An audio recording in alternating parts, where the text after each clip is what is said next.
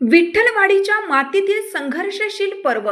वाढदिवसानिमित्त श्री जगन्नाथ धायगुडे यांच्या जीवन प्रवासाचा हा एक हृदयस्पर्शी पट. घोरपडी विशेष प्रतिनिधी नितीन कांबळे.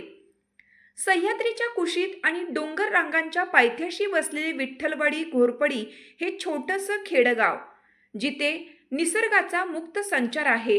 आणि याच निसर्गाच्या सानिध्यात 1 जून 1962 रोजी एका अशा व्यक्तीचा जन्म झाला, ज्यांनी आपल्या आयुष्यात कष्टाचे आणि माणुसकीचे अनेक अध्याय लिहिले.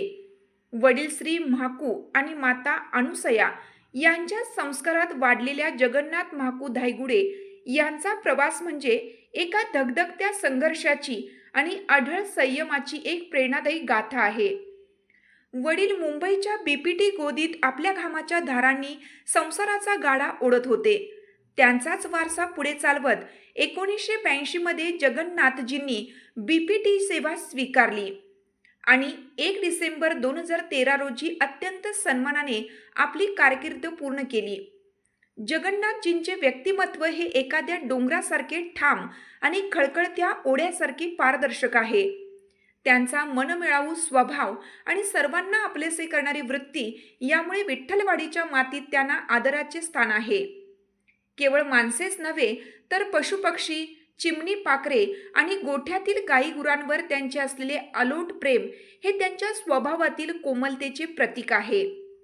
प्रत्येक गोष्टीचा सखोल अभ्यास करून समाजाच्या हितासाठी झटणारा हा माणूस आजच्या काळात एक दुर्मिळ उदाहरण ठरला आहे. 23 मार्च 1986 रोजी सौ शिरमाबाई यांच्यासोबत विवाहबंधनात अडकल्यानंतर त्यांनी आपल्या संसाराची जी शिदोरी बांधली त्या सुखापेक्षा संघर्षाचा वाटाच अधिक होता.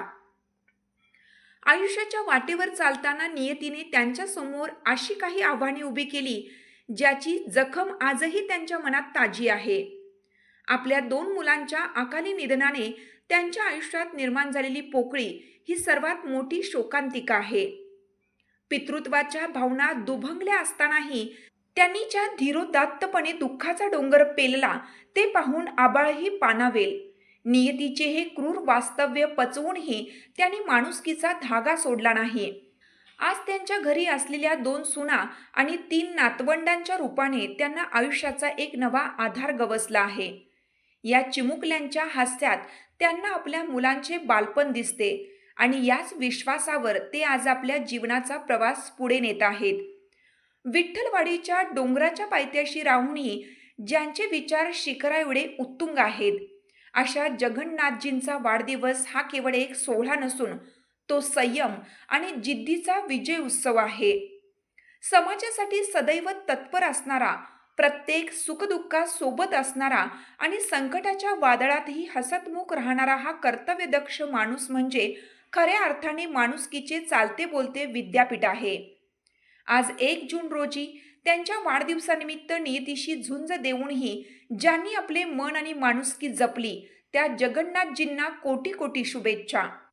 त्यांचे उर्वरित आयुष्य नातवंडांच्या किलबिलाटात, निसर्गाच्या सानिध्यात आणि सुख समाधानात जावो हीच प्रार्थना.